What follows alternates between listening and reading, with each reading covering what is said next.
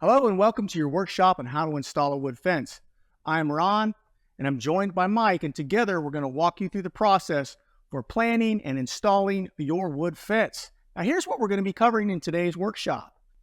First off, we're going to start with planning and prep, followed by fence terminology. Then we're going to get into the measuring and calculating of materials.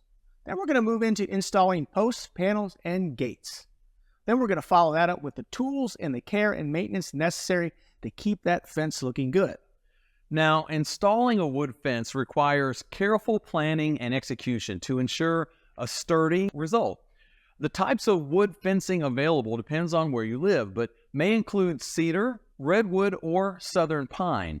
Fences made of wood can be stained, sealed, or painted. However, painting obviously covers up the wood grain, so something to think about if you want to see the wood grain. Obviously, you want to go the stain route. Now, wood fences typically cost less up front than alternative materials, but over time, they'll likely require more maintenance. Now, there are two primary options for a wood fence installation. One includes building it from scratch and adding the pickets and rails individually.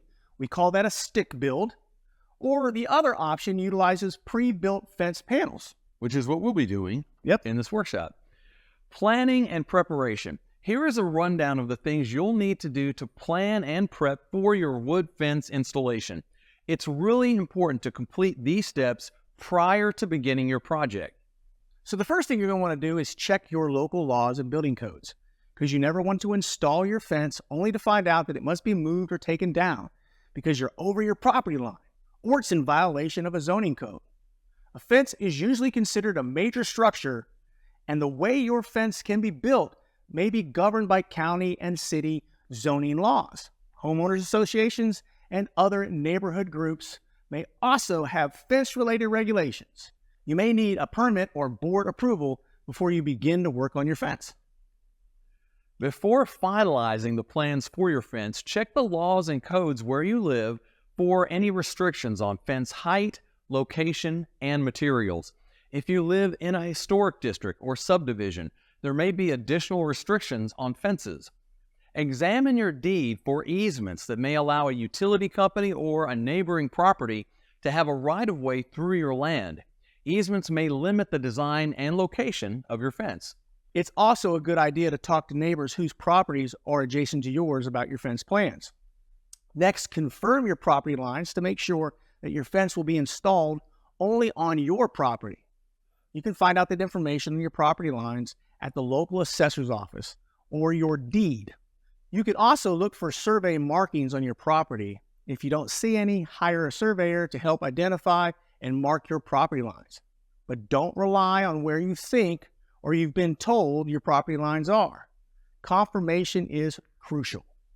Now, a few other considerations. Plan where any gates will go on the front end. You have to do this prior to starting your installation. The gates should be big enough to leave room for anything that you need to take through them, like yard equipment or trash cans.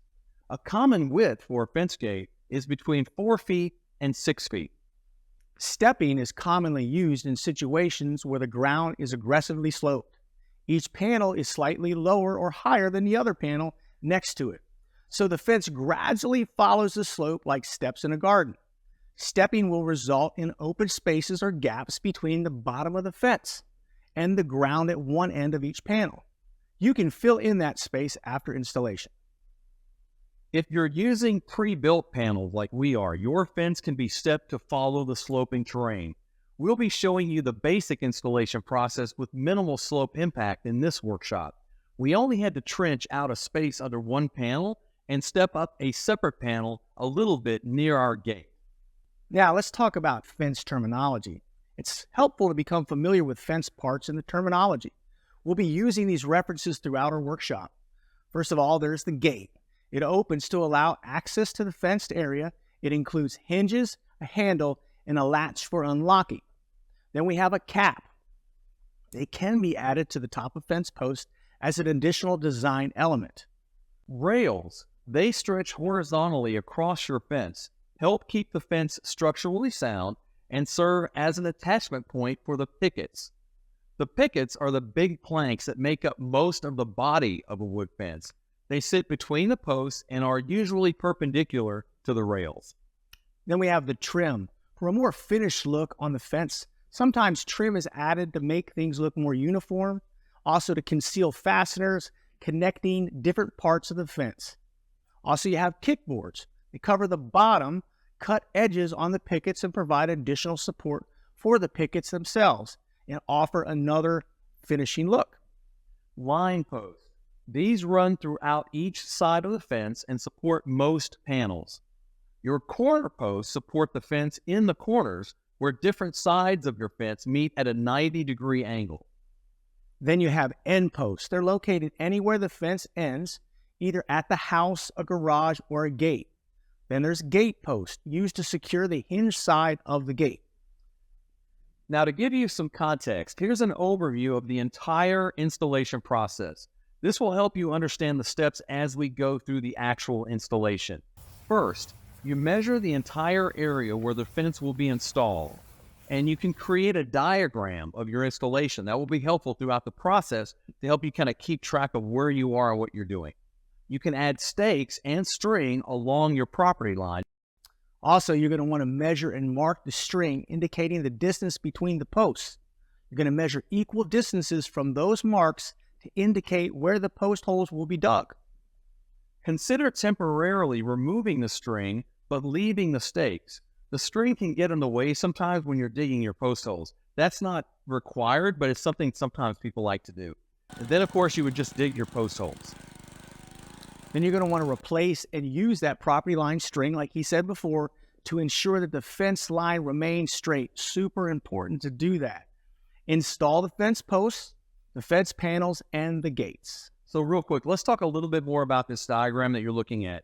This is going to vary, obviously, depending on your project, but this gives you a good idea of all the steps and all the parts of the process. You can see in the corners, there are property line markers. Like we said earlier, you may or may not have those. If you don't, you want to at least consider getting someone to confirm where your property line is and adding those so you'll know throughout the process. And then there are wood stakes in the corners that strings are attached to. Two things that those do. They're going to keep you aware of your property line as you go, but it's also a perfectly straight line because it's pulled really taut between those stakes. That's going to give you sort of a foundation in which to base the alignment of your fence to ensure that you have a straight fence line. That's very important. You can see the black markings on the string.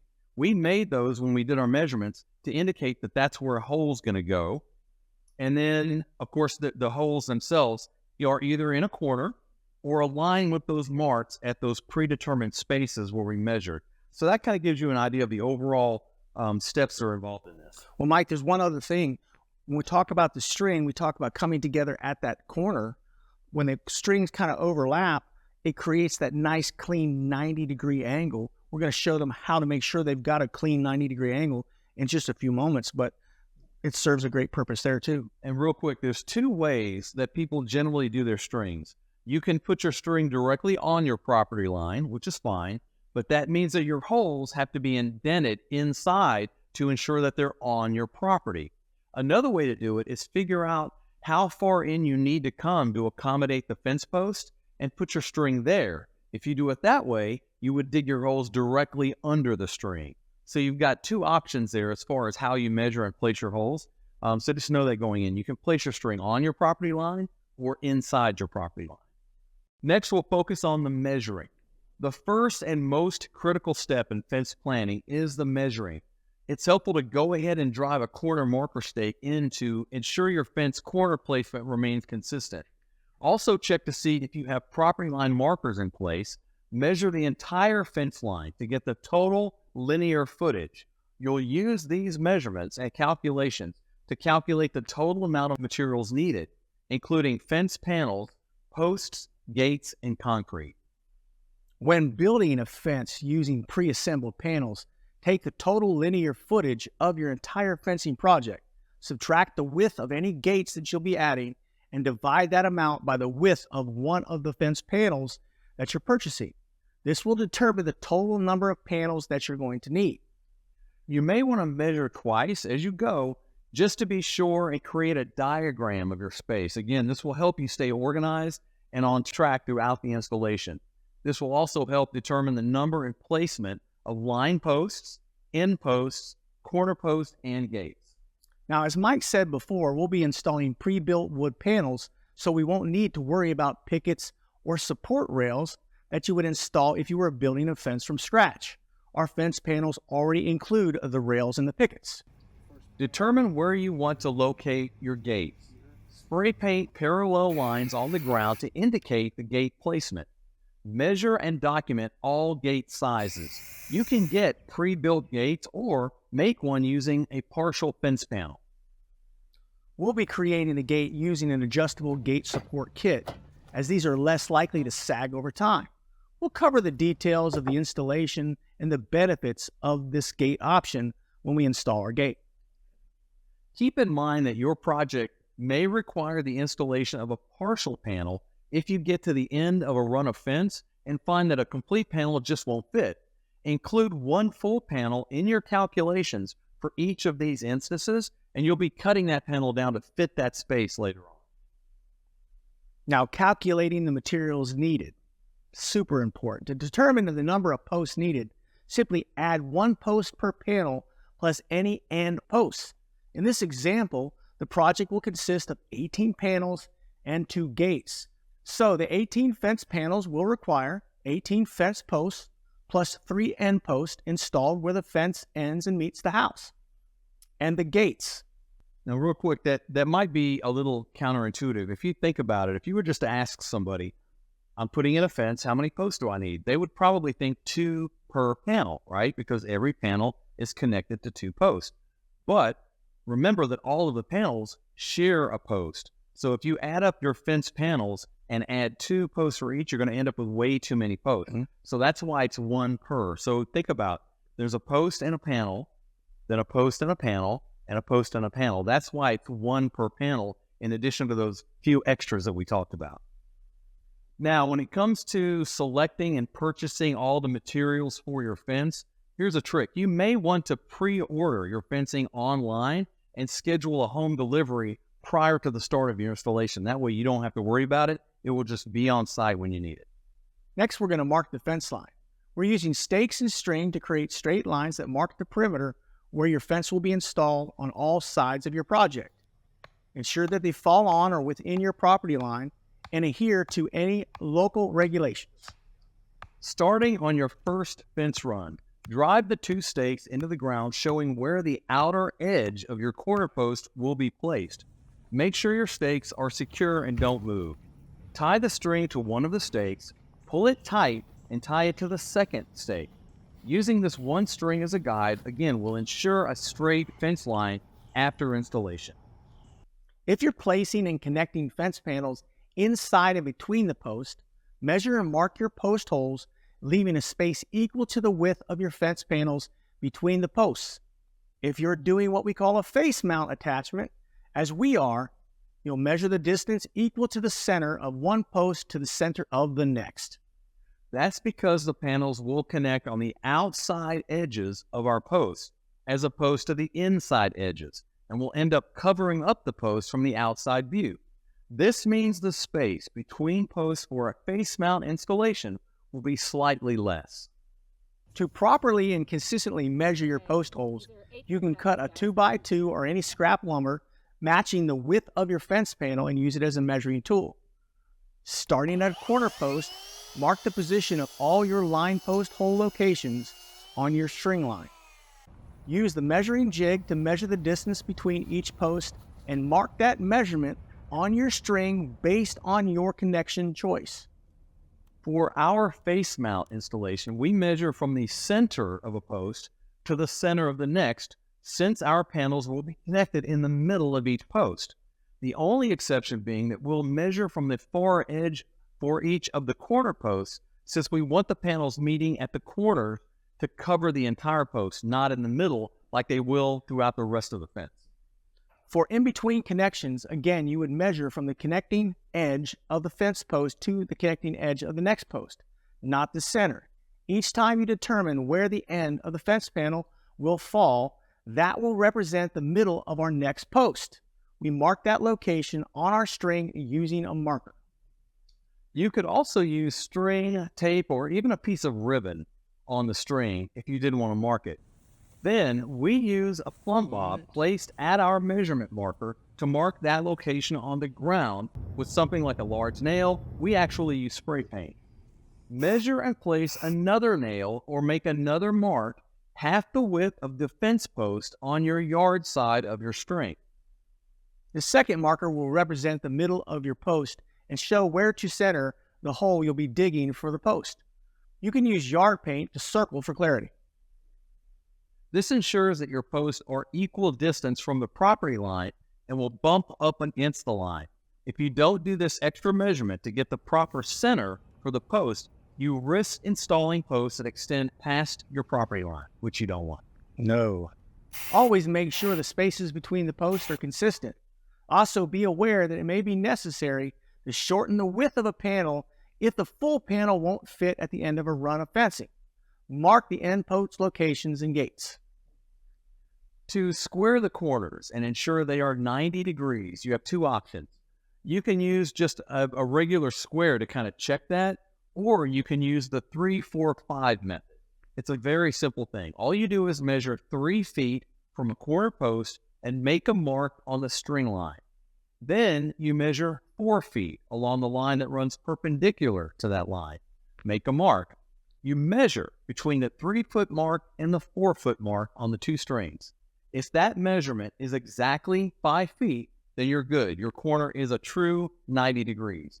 If it's not, just simply adjust one of the other lines to make sure that that is 5 feet. So you've got to make sure that you make adjustments to make that 5 feet in order to ensure the 90 degrees in the corner.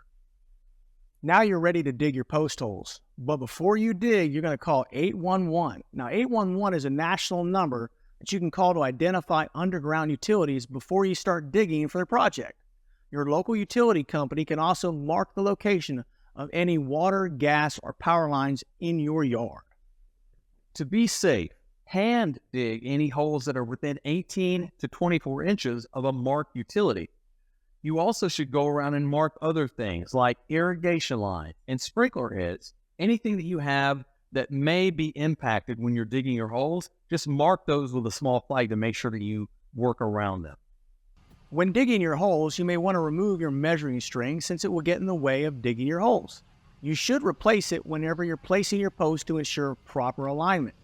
Dig post holes at regular intervals along the fence line based on your string markings, using a post hole digger or an auger.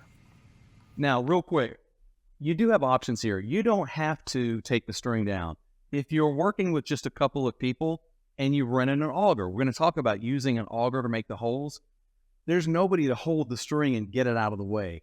If you've got extra hands around, you can leave the string up. Just make sure that somebody is there to kind of pull it out of the way as you're digging your holes. If you don't have an extra person, that's when you might want to take it down because it will get in the way as you're using an auger or even a post hole digger. However, it's super important to leave the stakes up. Now, you can rent an auger to speed up the process and save your back. The depth and diameter of the holes depends on the height and type of fence, but the holes should be about 1/3 as deep as the posts are tall. For example, an 8-foot post needs a hole at least 2.5 feet deep or 30 inches, plus add about 4 to 6 inches for the gravel. The diameter of the hole should be at least 3 times the width of the post. Now you might want to consider making the bottom wider than the top so that the water can flow away from the post and the concrete can mushroom out at the bottom for added stability.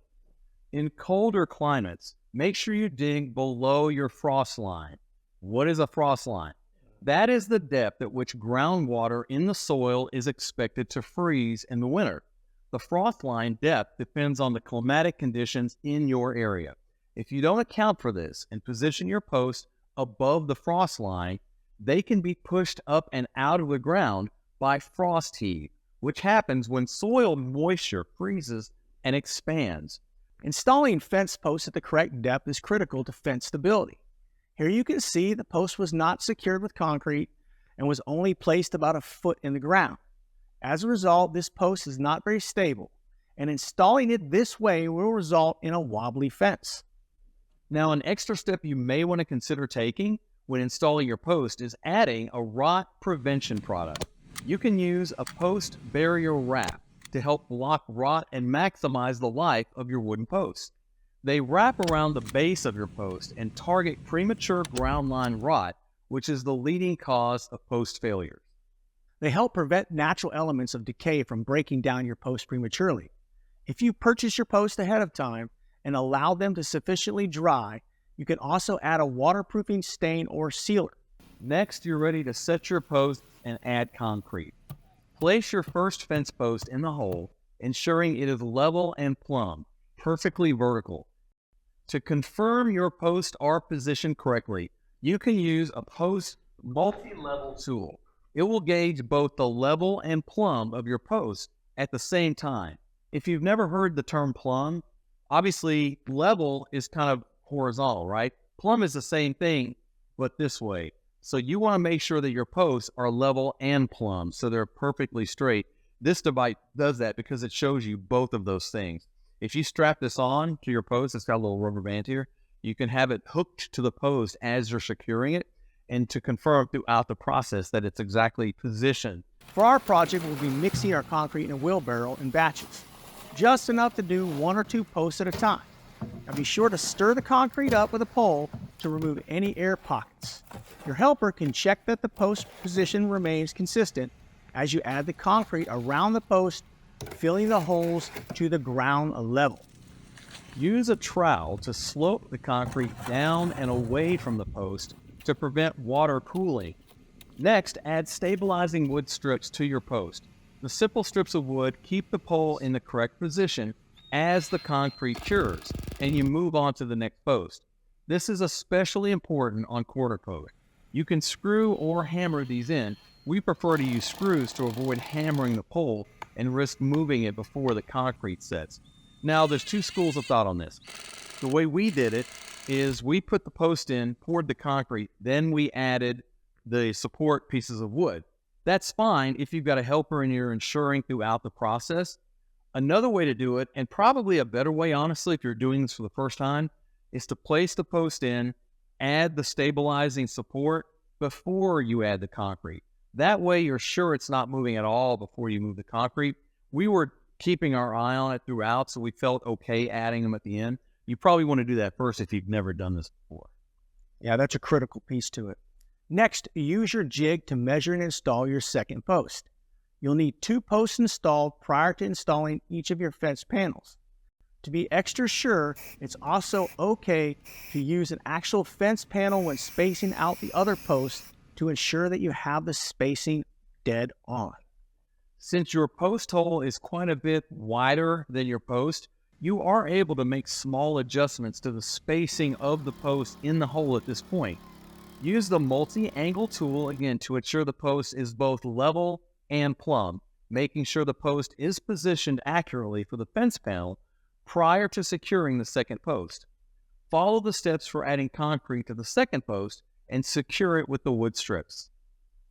Now, you notice that we mixed our concrete before adding it into post holes. You have a few other options for this step. You can mix your concrete in the hole itself. You could add a concrete mix in the hole, then pour a little water, gradually mixing it along the way and blending it to remove those air pockets. This saves you from having to use a wheelbarrow to mix the concrete, but might be just a little bit harder in terms of getting the right consistency for beginners. But you also have another option. There is a foam product that you just simply pour into the hole and it sort of expands and sets, kind of like Great Stuff if you've ever used Great Stuff.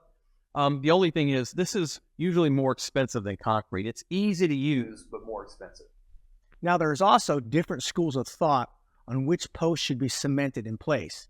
As a general rule, we require at least the corner post and the gate support post to be secured with concrete because they're under the most stress. Generally speaking, though, it's not required to cement all your line posts. Most line posts can be secured with dirt if the soil is compressed and compacted throughout the installation. However, just to know, the more posts you cement in place, the more secure your fence will be. A good rule of thumb is to consider cementing every other line post or every few posts. But again, the more concrete you use, the more secure your fence will be. So just to reiterate what we're talking about here, you don't have to put concrete on every fence post, and many times people don't. But the point of the whole conversation is, obviously, the more concrete you use, the more secure your posts are going to be. So it's totally up to you. It's totally fine to use just dirt on some of your posts, not the corner, not the gate posts, not those ones that we talked about that are under all the stress. But you've got to really make sure that you compact and compress that soil. That's the only thing that's securing the post. But again, you can use as much concrete as you want. If you choose to concrete all of them, that's totally fine. Your posts are not ever going to move. They are locked in concrete, but you're not required to. So it's something you got to decide. If you want to be really confident, the more concrete you use, the more secure your posts are going to be. Now, Micah, I would also add, before we keep moving on, that if you're not going to use the concrete, then that post is going to be straight down into the earth. Right. And when it's straight down into the earth, it's more likely to have some early decay happening. I know we're going to use a rot blocker, but you've got to remember, you're burying it straight into the dirt. The concrete actually protects the wood from decay. So that's something to consider as well. Now, for budgetary reasons or just time, you decide not to put concrete on all of them. Like we said, when you're compacting that soil, get a sledgehammer or something and really pound it down and make sure that you're securing it and compacting it as much as possible. The more secure and compact that dirt is, the better your fence installation is going to be. Now you're ready to install your wood fence panels. Attach the pre-built fence panels to the post, starting in a corner at one end of your fence line. Remember, we are face mounting our panels. This means in the corners, our panels won't be meeting in the middle of the post like in the rest of our panels. Instead, we'll extend them to the edges of the corner post so that the entire post is covered by the panel. When installing fence panels, be sure to leave a gap between the ground and the picket bottoms. It's best if your pickets don't touch the ground. Now, it may be helpful to cut some 2-inch wood blocks and use them as spacers during the attachment process. But yards can sometimes be hilly and not perfectly level. You may need to dig out a small trench at the bottom of some panels to account for the small bumps, as we did. Now, again, we're kind of going through the basic process. Every yard is different. Everybody's going to run into things that we don't necessarily cover in this workshop. You just kind of work around those things. When we were doing our install, we thought the ground was pretty level, and it was, but there was a slight incline that we kind of didn't really calculate in figuring this out. So when we started the installation, we realized we thought the first fence panel was going to be level with the ground, and it wasn't. So at that point, we had already installed several posts. We had no choice but to dig out a small trench for that one panel. You may have to do that. You're going to run into things where, wow, this isn't exactly the way I learned to do this. I'm not sure what to do. That's going to happen, and that's okay. You can just kind of work around that. Again, these fence panels are pressure treated. They can touch the ground. That's okay. You just want to avoid it, if at all possible, throughout the majority of your fence. Unless you run into a problem, it's best to leave that gap so they don't touch. Now, for pre-assembled fence panels, consider pre-drilling holes through the panels to minimize any splitting. You can do the pre-drilling on all of your panels ahead of time or kind of make them as you go. Use 3.5-inch flathead outdoor wood screws. We suggest screws because they tend to be more secure and less likely to work loose over time. Now, ensure your panels are level and evenly spaced as you go. Use your jig to ensure proper spacing as you move from one hole to the next. Continue this process throughout your fence installation, adding posts and securing them in the concrete before attaching each additional fence panel. Just take your time and check that all posts are level and plumb and that your spacing between the posts is accurate and consistent. Now, one other warning here, just so you know, we can't stress enough how important it is to take your time when you're measuring. Measure 2 or 3 times if you need to, because we even ran into this a little bit. When we were measuring, we took our time and we were very careful about marking our string. We knew exactly where our posts were going to go. When we started the installation, we actually held up a panel to confirm that where we thought the post should be secured was right. We were a little bit off a couple of times. So again, you've got some leeway in these holes. So as you're double checking and holding up the fence panel to make sure, before you secure that post, that next post, each time you're moving ahead, hold up a fence panel and confirm that it's going to be where it needs to be based on where you thought it was going to go in. Because again, you can make some adjustments, and we had to do that. So just know, going through this process, you want to double check, you want to take your time, you want to ensure the spacing, because it's critical when you're attaching these panels. Now, there are two methods to adding additional posts. Experienced DIYers and pros tend to install all of their posts at the same time, let the concrete cure, and then add their panel. However, again, first-timers may want to install one post and one panel at a time. Because, again, if your measurements are off and you install all of your posts, your panels may not fit. You may run into a problem down the line. So if you've never done this, it's probably best to measure, make your markings, but as you're installing your post, double check that they're in the right place, holding up a panel, and confirm that measurement and the placement of the post before you move on. Now, be aware that this approach is going to take longer, but it may be a better option for some. And if you do choose to install all the posts together, consider using a fence panel to confirm the placement of your holes and your posts before securing the posts. Now it's time to add some finishing touches. You can trim the tops of the fence posts if necessary to create a uniform appearance. If you want to waterproof or stain your fence and the wood is pressure treated, a good rule of thumb is to wait 4 to 6 months. This gives the fence time to weather a bit, but not too much, as well as dry out completely. When you purchase any kind of lumber, if you purchase lumber in the past, a lot of times it's very wet. Like posts are very wet. Sometimes when you're buying, you want to make sure that those dry out completely before you stain. You can check your fence with a moisture meter to determine when it's right for you. Also, check your paint and your stain label for proper wood moisture content. It's usually less than 15%. When ready, apply the weatherproof sealant or paint to protect the wood from the elements and enhance its appearance. If desired, you can also add decorative caps to the tops of your posts. There are lots of varieties and shapes out there that you can choose from. Just consider this when attaching your panels to make sure that you leave enough room at the top for them. Now let's talk gate installation. When adding the gate to your fence, install it according to the manufacturer's instructions, ensuring they swing freely and securely latch.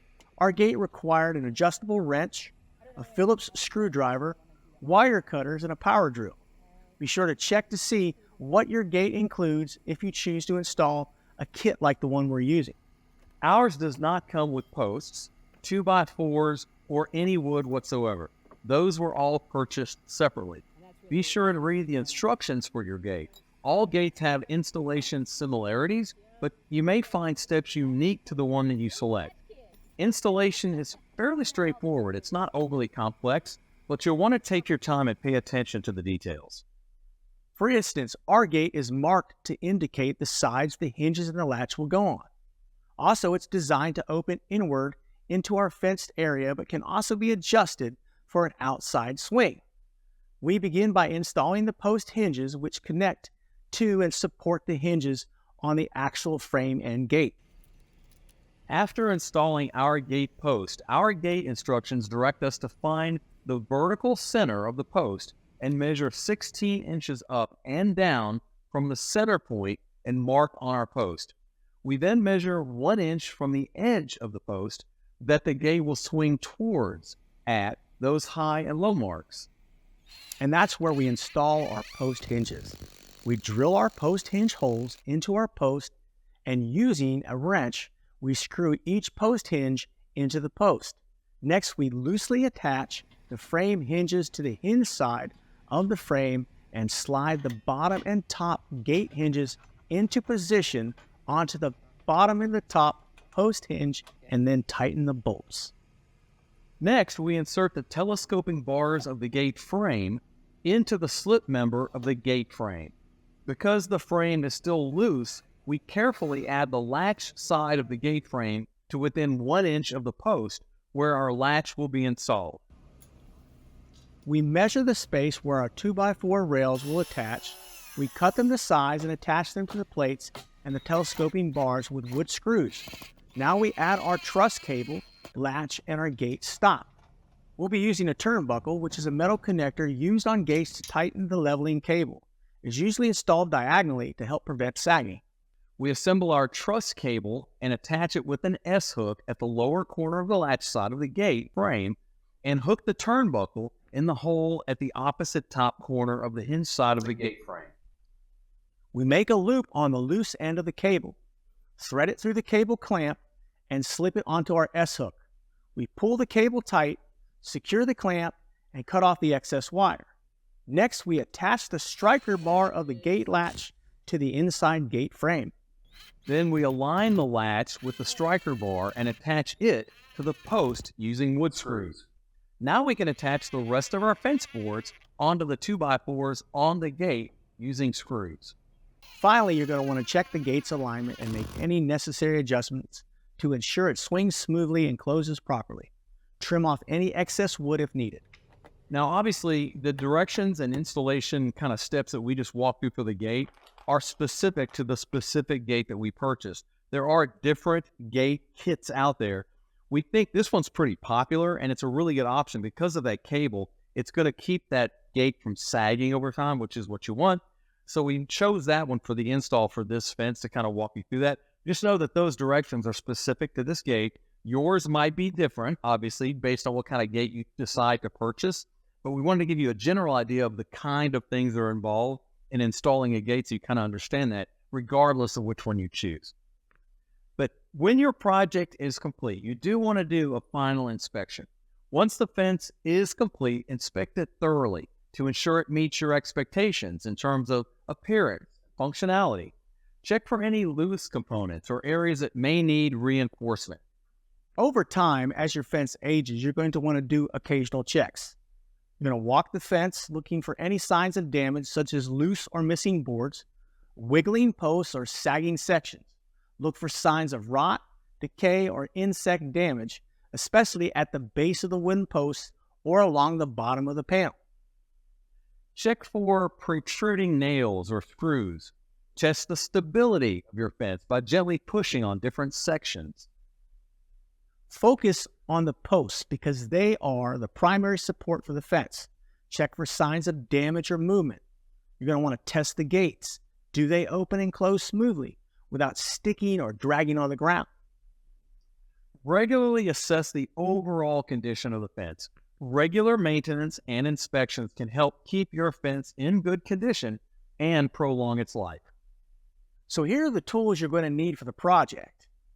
Common tools for this project include the post hole digger or the rented auger, a shovel, A level, a tape measure, a hammer, and a circular saw. 3.5 inch to 4 inch exterior galvanized nails or 3.5 inch to 4 inch exterior galvanized screws, a string line, and a drill. Also, a post level tool, stakes, and landscape spray paint. So as we said before, building a fence on a sloped or uneven ground requires more planning and adjustments to ensure a level and sturdy installation. So what do you do if your yard is uneven or includes a slope, because not all yards are perfectly flat? If you are installing your fence on a flat yard, it will look like this. Your fence will be straight across the top, straight along the bottom, with a small gap underneath. Even if your yard appears to be flat between fence posts, there could be small dips in your yard. If you want the top of your fence to be straight, these dips will result in small gaps under your fence in those areas. You can either ignore the small gaps at the bottom or fill them with dirt or gravel. Now, in some cases where the gaps are minimal, you may consider cutting the bottoms of your fence to align with the terrain of your yard. This can be time-consuming, and aligning your cuts to match your yard can be difficult. If you're dealing with a larger slope and installing pre-built panels, you will need to stair-step the fence panels. This involves putting each fence panel higher than the previous one, and you work your way up the slope. Your fence will then gradually follow the slope in steps. You will end up with larger gaps between the ground and the bottom of the downhill side of the panels, but the rail supports will be level and the posts and pickets will be plumb. Those gaps can be filled in with dirt or wallpaper stones. Now there's another option. You can cut the panels to align with the gaps, but this will mean the panels will be shorter than their original size on one side, and again, matching the terrain in your cuts is hard to do. If you've ever seen a fence that is angled consistently to align with a slope, that is a fence that was built from scratch. In this case, pre-built panels were not used. They couldn't be used. Each picket was installed individually, slightly lower than the next one or higher than the next one, depending on if you're going up or down the hill. But this creates this even and sloped effect. For this type of installation, you're going to attach the rails at an angle matching the grade of the slope, and each individual picket is attached slightly higher and lower than the next. This method allows the fence to conform to the natural contour of the land while maintaining a consistent top line. Now, let's talk a little bit about care and maintenance. Here are some tips to maintain your fence and keep it looking like new. Keep it clean. Eliminate mold and dirt from the fence with a gentle brush or a pressure washer on a low setting. High pressure can damage the wood of the fence. Now, we said this before, but we want to wait to apply that stain to your new fence. Anywhere between 1 and 6 months, depending on the wood type and where you live. A good test is to splash a little water on the fence. If it soaks into the wood, that means the wood is dry and will absorb the stain better. Also, don't forget to stain the top edges of the posts and pickets. You can extend the life of your fence by protecting it from pests, UV rays, and moisture. Apply protective coatings like wood preservatives and sealants, stains, or paint to help prevent rotting, discoloration, and warping. There are even waterproofing stains and sealers in one that will save you time and money. Now, as we said before, you're going to want to inspect your fence often to identify any issues and address them before they get worse. Check for sagging sections, loose boards, loose screws or nails, and general signs of wear and tear. Keep any live vegetation like bushes or vines away from your fence. They can add weight to the fence and trap moisture. Prevent seasonal damage from things like snow buildup, piles of leaves gathered against the fence which can trap moisture. When watering grass with sprinklers, try to avoid letting the fence be hit repeatedly with the water. So one other quick thing I want to mention. In most cases, you're going to want to kind of give your post a nice little chop at the top, maybe about a 30-degree miter cut. It's going to help water roll off the post. Because if it's a flat cut and it's not being protected, every time it rains, water is just going to sit on top of the post. Now, remember, you've got anywhere between what we say 1 and 6 months before you're ever going to put any kind of sealant on it. Right. During that time, a lot of damage can occur while it's drying out, and that post will actually absorb that moisture because that's what we call an end grain cut off the top of the post. So take it, put it in a miter saw if you have one, or if you have that skill saw, just take and put like a little 30-degree cut on that and angle it off, and it will help the water roll off that post. Yep. Now, we covered a lot today, and hopefully you have the know-how on how to tackle your wood fence installation. Now, here's a summary of what we covered in this workshop. Planning and preparation, fence terminology, measuring, calculating the materials needed, installing the posts, the panel, gates, and we also discussed the tools and the care and maintenance to keep the fence looking beautiful year after year. Absolutely. So with that, we will wrap up this workshop. On behalf of Ron, myself, and the entire Home Depot How-To Workshop team, thank you for joining us. Good luck with your project. And of course, thanks for shopping at the Home Depot.